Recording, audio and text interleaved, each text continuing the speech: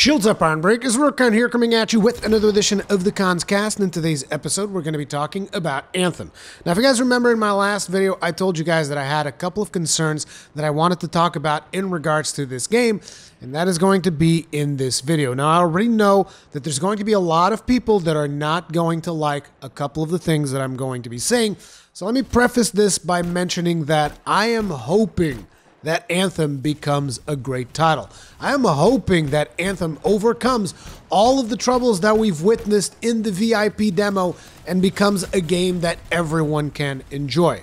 I am hopeful for that, but at the same time, I am not naive. So let's begin. So there's been a lot of talk about Anthem's microtransaction model in the past couple of days on account of this leaked screenshot.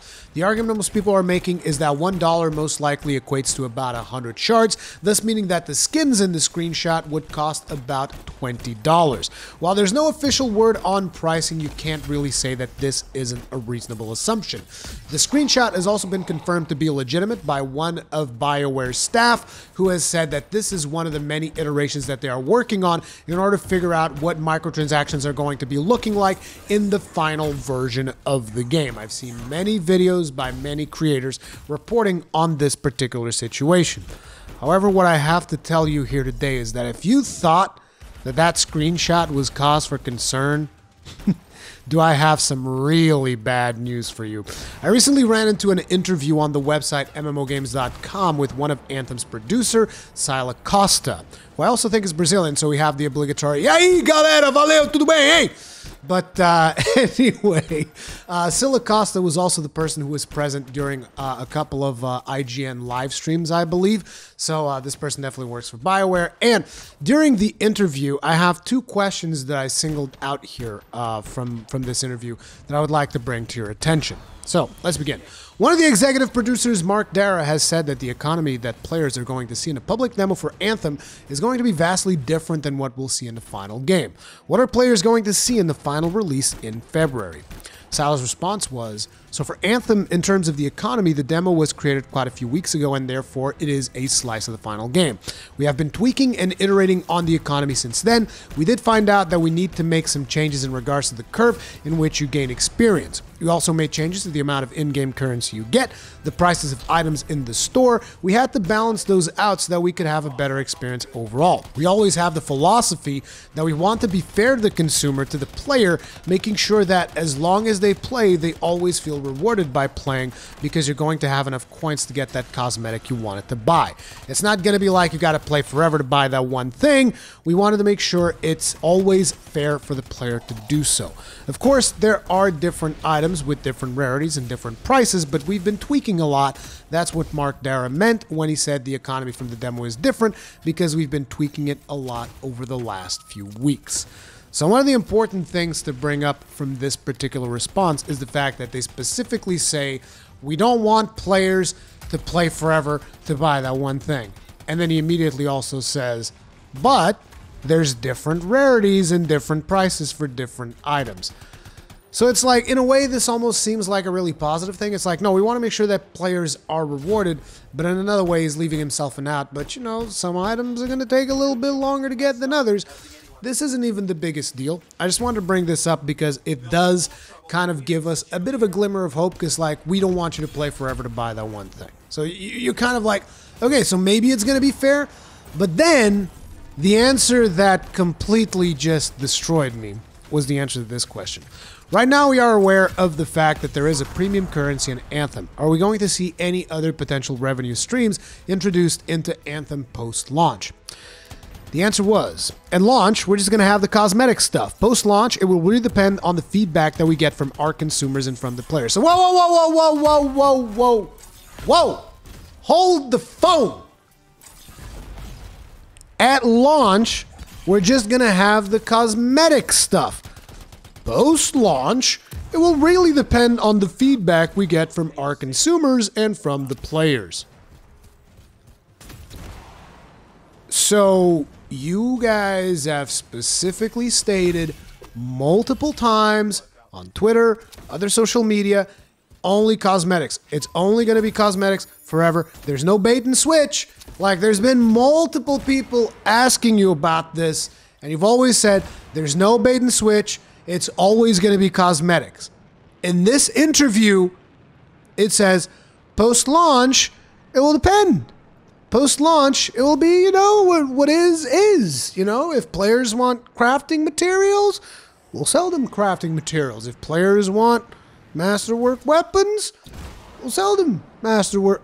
I mean, naturally, I'm exaggerating a little bit here, but we've gone from it's definitely only going to be cosmetics forever, everyone repeatedly claiming this, to now saying post-launch, it's going to depend on the feedback. You guys might remember that a while back, I called this out when the official FAQ went up for Anthem. That FAQ is no longer on the website. That it specifically mentioned that the cosmetic stuff was only for launch. I told you guys, why can't they just be straight about it? They've been so transparent about so many things.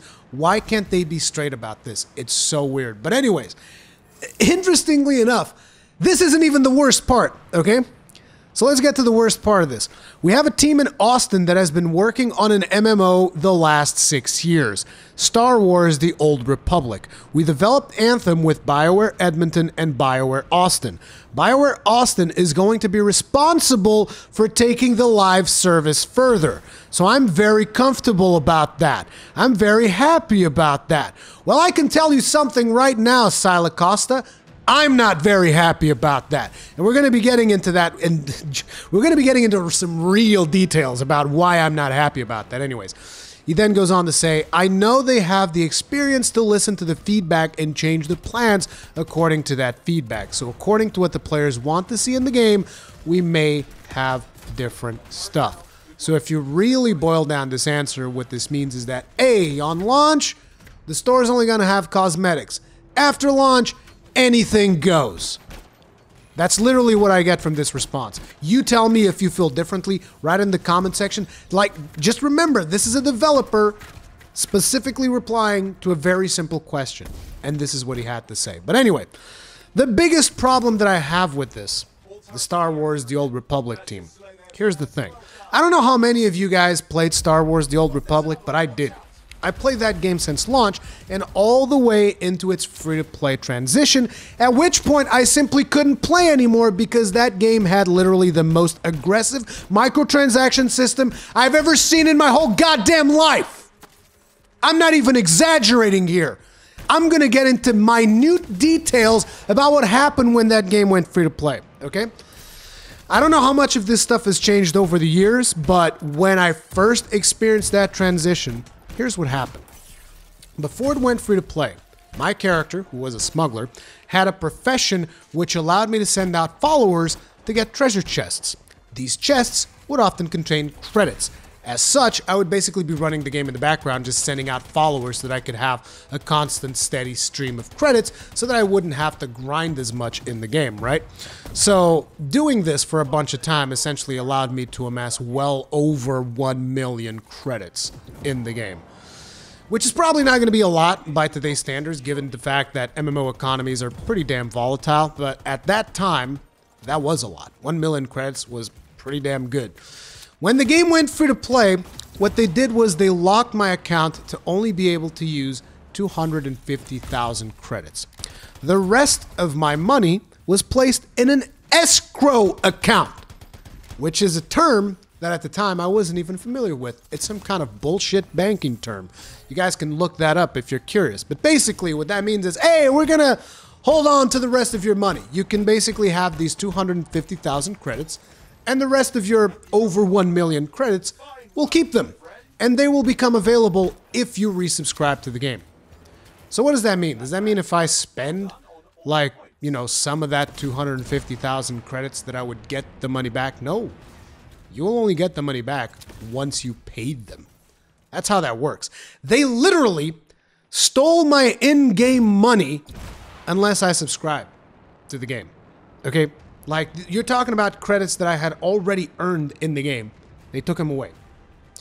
But anyway, that's not even the most egregious stuff. No. The other thing was, that profession that my character had also became crippled when the game went free to play, as I was no longer able to open the treasure chests that my followers brought back. I could still send the followers on the missions, But essentially, when they brought the chests back, the game would tell me, oh yeah, in order for you to open these chests, you need to be a subscriber. So that kind of just became a premium feature.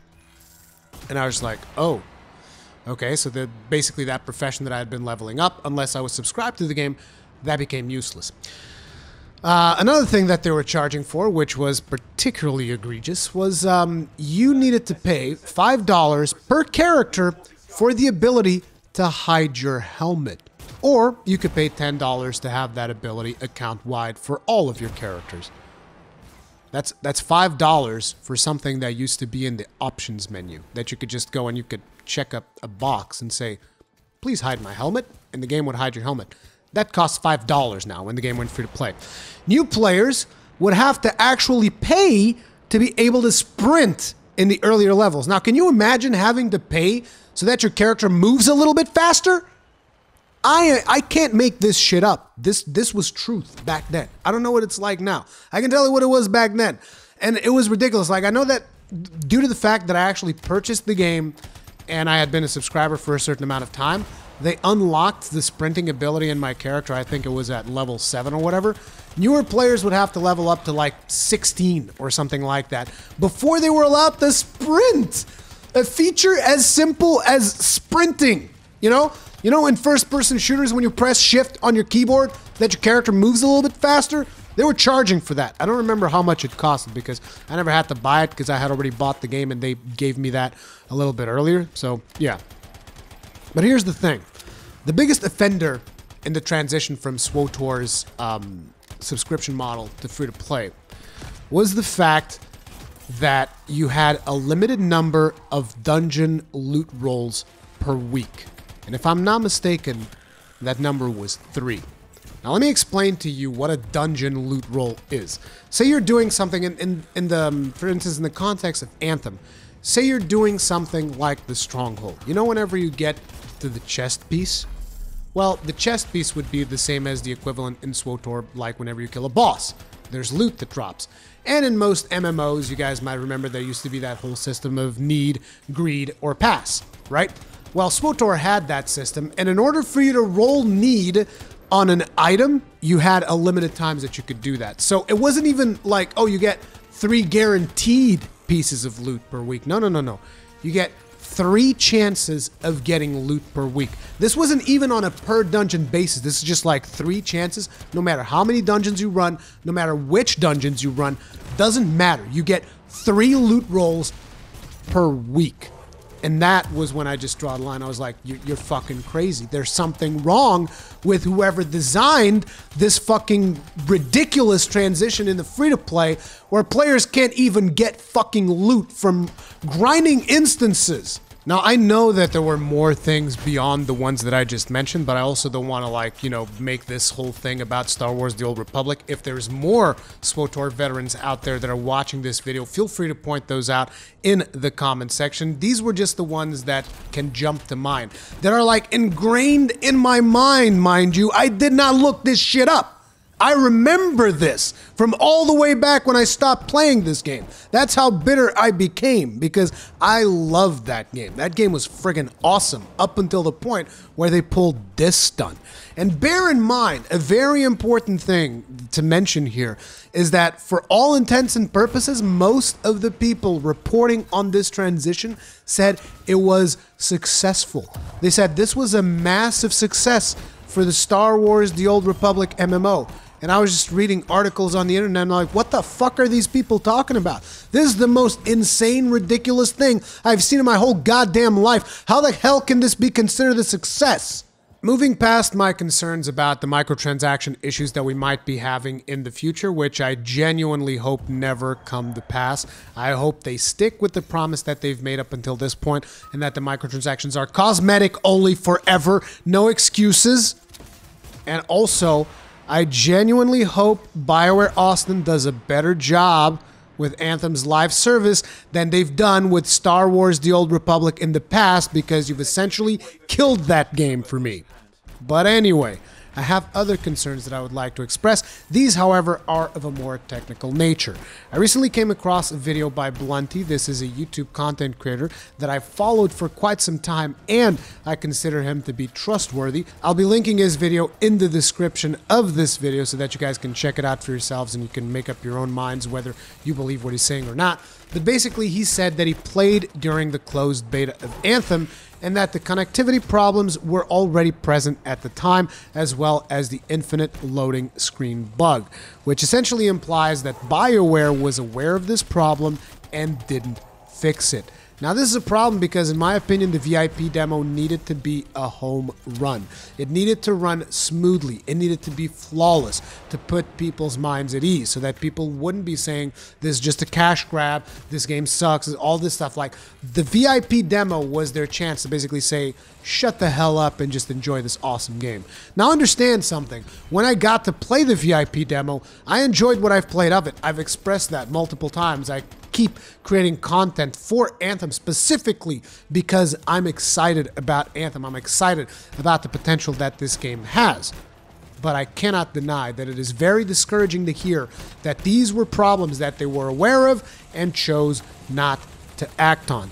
Furthermore, there's been reports that indicate essentially that when a connection to the server fails, the client of Anthem spams the servers with more connection requests in an effort to essentially brute force its way into a connection, which ultimately is what led to Anthem DDoSing all of EA's services, which, by the way, I experienced that during my live stream. You guys could actually see that the Origin client essentially exploded. It couldn't handle it. Like, for a while, a lot of people were unable to access all of EA's library on PC. That's how bad things went. And it just shows us, like, so you guys are aware that there's connection issues, and your solution is to basically spam the servers with more connection requests?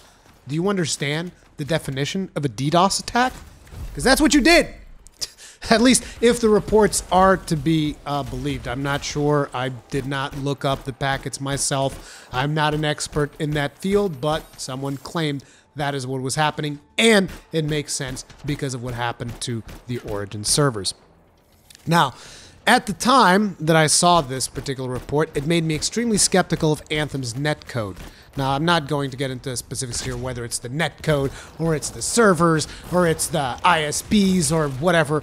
I'm just going to call all of network issues, I'm going to just refer to those as netcode. And I'm aware that that's not an accurate description. It's just to keep things simple so that everyone understands. So anyways, I was already skeptical of Anthem's netcode, especially when combined with my own personal experience at the end of the VIP demo. So at the end of the VIP demo, as you guys might remember from my previous video, they unlocked all of the javelins, and I was already home. I wasn't at the office, so at home I have my much more limited laptop that I can work on. So I installed Anthem on my laptop, and the poor little thing was struggling a little bit to keep up with Anthem's demanding visuals, or at least this is what I thought. Because throughout most of the gameplay that I had played on my laptop, I was experiencing variable frame rates between 25 and 40, which I was like, okay, this is fine. I mean, it's a laptop, it's probably overheating, it's blowing up, and, you know, the RAM on laptops is not as powerful as regular PCs, and, you know, the processor is also not the best one because it's a, you know, it's an i7, but it's still a mobile i7. And at the same time, it's also a 1070, but it's a mobile 1070. So it's like laptops just have weaker hardware than rigs, than big PCs, right? So I was like, okay, whatever, 25, 40 FPS, it's whatever. It's also still the demo. It's not the final, fully optimized version. But everything changed when the demo ended. So basically, when the demo ended, there was a message sent out if you were playing that indicated like, oh, you've lost connection to the servers. But interestingly enough, even though I lost connection to the servers, I was still able to play. And I was doing the Stronghold, and there were 3 other players with me, and apparently they were also able to play. As a matter of fact, I thought it was interesting because I saw that message come up a couple of times. It almost seemed like someone was trying like, hey, shut down these connections, and people kept playing the game. Because at one point, I got that message like 9 times in a row, almost if someone just like spammed the button like, disconnect this shit, and it wasn't working.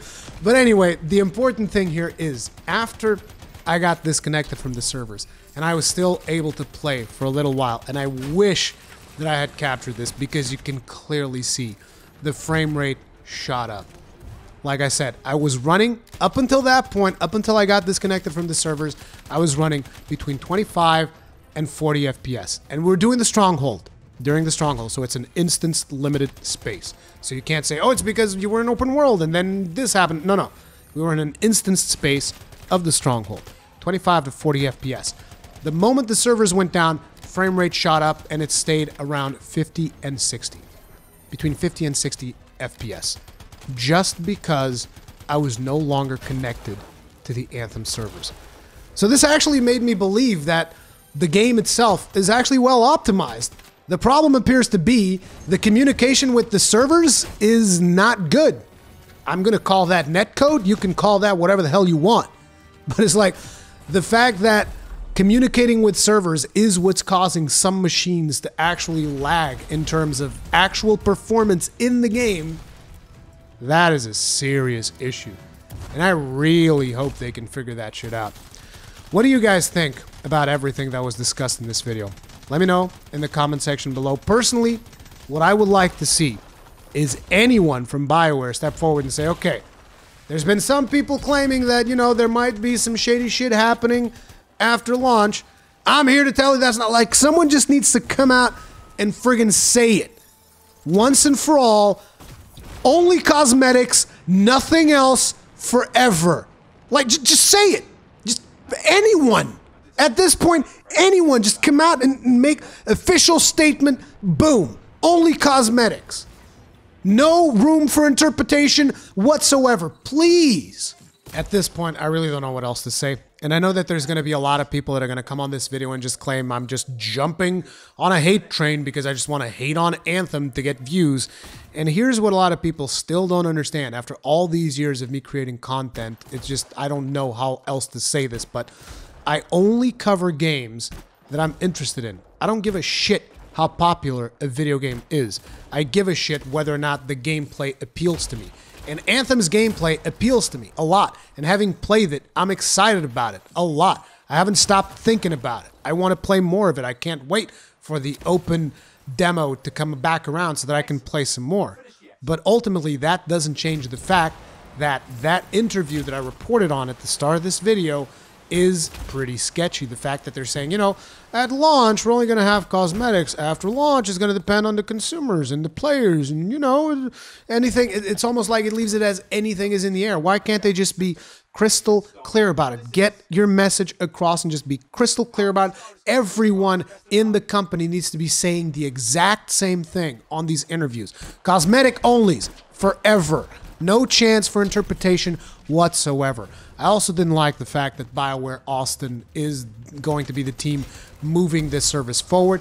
I hope that they have moved past their transition of moving Star Wars into a free-to-play, which was a complete shit show in my opinion. I hope that that team has evolved a lot since then. I hope that Star Wars The Old Republic is great now. I'm never going to know because it left such a bad taste in my mouth. I'm never going to go back.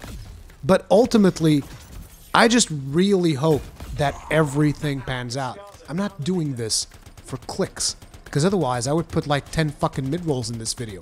Then I would make money. Anyway, if you guys enjoyed this video, hit it up with a like. If you did not enjoy this video, hit it up with a dislike. If you guys enjoy my content, make sure to subscribe and hit that notification bell so that you're actually notified whenever there's a new video up. Thank you very much for watching, and I'll see you in the next one.